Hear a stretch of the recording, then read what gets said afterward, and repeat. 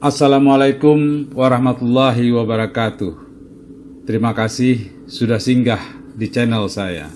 Dari puisi-puisi yang terhimpun di dalam buku ini terlihat bahwa banyak sekali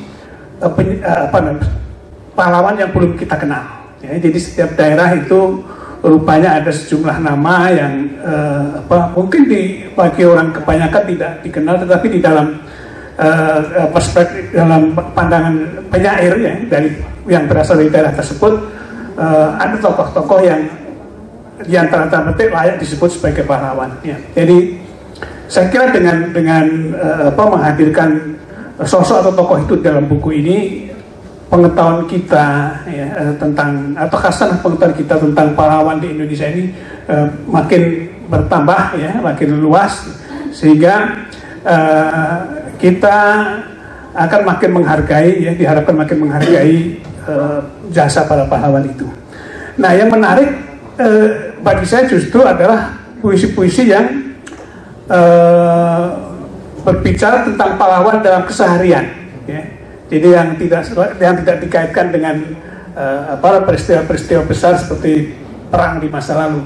Dari sekian puisi yang terhimpun di dalam buku ini, banyak yang menempatkan sosok ibu itu sebagai pahlawan. Nah, ini saya kira kalau dihitung-hitung mungkin ini yang paling banyak ya dari puisi yang ada di dalam buku ini. Nah, umumnya para penyair yang terhimpun dalam buku ini menempatkan ibu ya itu sebagai pribadi, sebagai sosok yang penuh cinta kasih, yang penuh pengorbanan ya untuk keluarga dan terutama untuk anak-anaknya. Dan tidak heran kalau hampir sama setiap puisi yang berbicara tentang ibu itu, metafor-metafor yang dipakai itu hampir sama ya. Dan karena mungkin barangkali juga pandangan mereka tentang ibu ya, atau sosok ibu itu umumnya sama, entah dari daerah manapun ya, seorang ibu ada dianggap sebagai diri yang paling berjasa di dalam kehidupan di rumah tangga ya. Nah, tapi juga ada tokoh ayah, ada juga istri yang juga menjadi sosok pahlawan di dalam keluarga.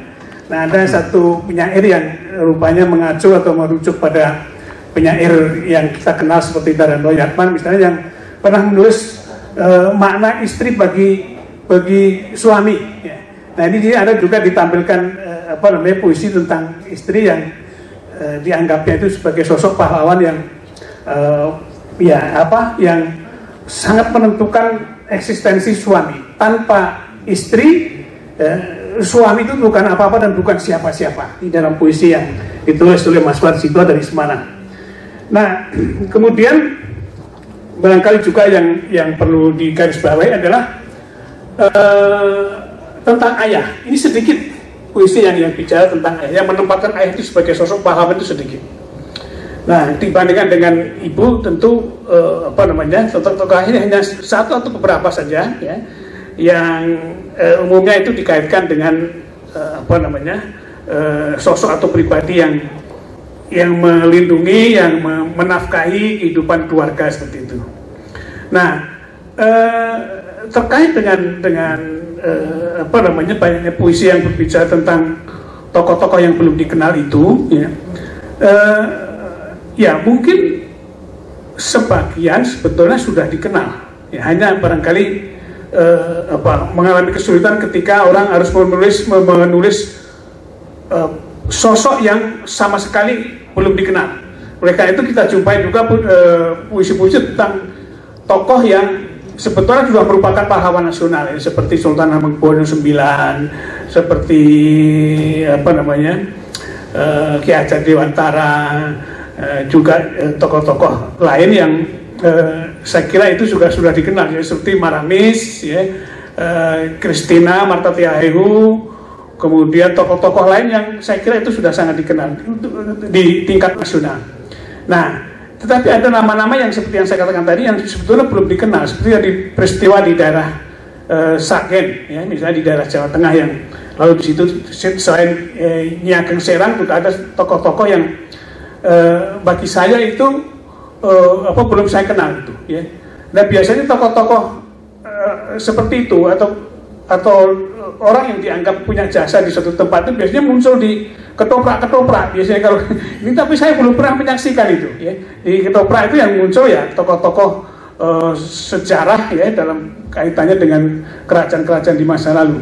Tapi biasanya tokoh-tokoh lokal yang amat dikenal ya, misalnya Sarip Tambak Yoso misalnya, itu muncul di ketoprak atau di lutur-lutur itu muncul tokoh-tokoh semacam itu.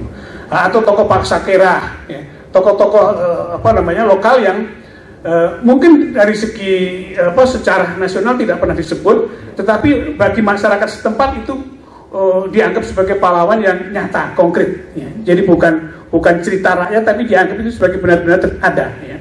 Ya kalau di Jakarta mungkin ada si Pitung atau tokoh-tokoh semacam itulah ya. Nah, terlepas dari soal-soal itu, saya ingin menyampaikan beberapa hal yang saya kira penting untuk tadi yang ke depan, barangkali kalau nanti akan dilanjutkan penulisan seperti ini ya. Biasanya puisi-puisi yang lahir ini kan sebetulnya termasuk puisi pesanan ya sebetulnya ya, yang lahir dari gagasan-gagasan seperti ini mungkin tidak dialami langsung atau mungkin kurang dihayati oleh penyairnya ya, karena ide atau gagasan itu muncul karena dorongan ya, karena pesanan tadi. Nah dalam hal ini saya pikir kita tidak usah terlalu terpaku sebenarnya pada tokoh-tokoh yang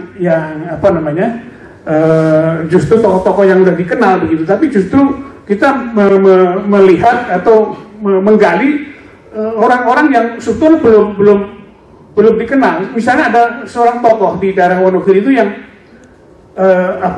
seorang diri, orang kecil tapi punya gagasan bagus mengenai penghijauan.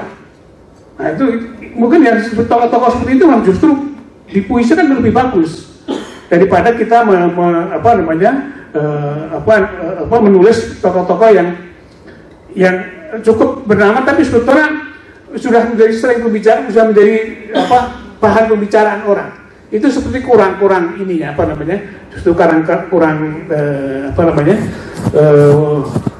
maknanya masih kurang. Tapi justru orang yang belum disebut ini yang sama sekali tidak dikenal, tapi sebetulnya tadi seperti kata Bang tadi bermanfaat bagi orang lain, memberi manfaat bagi orang lain.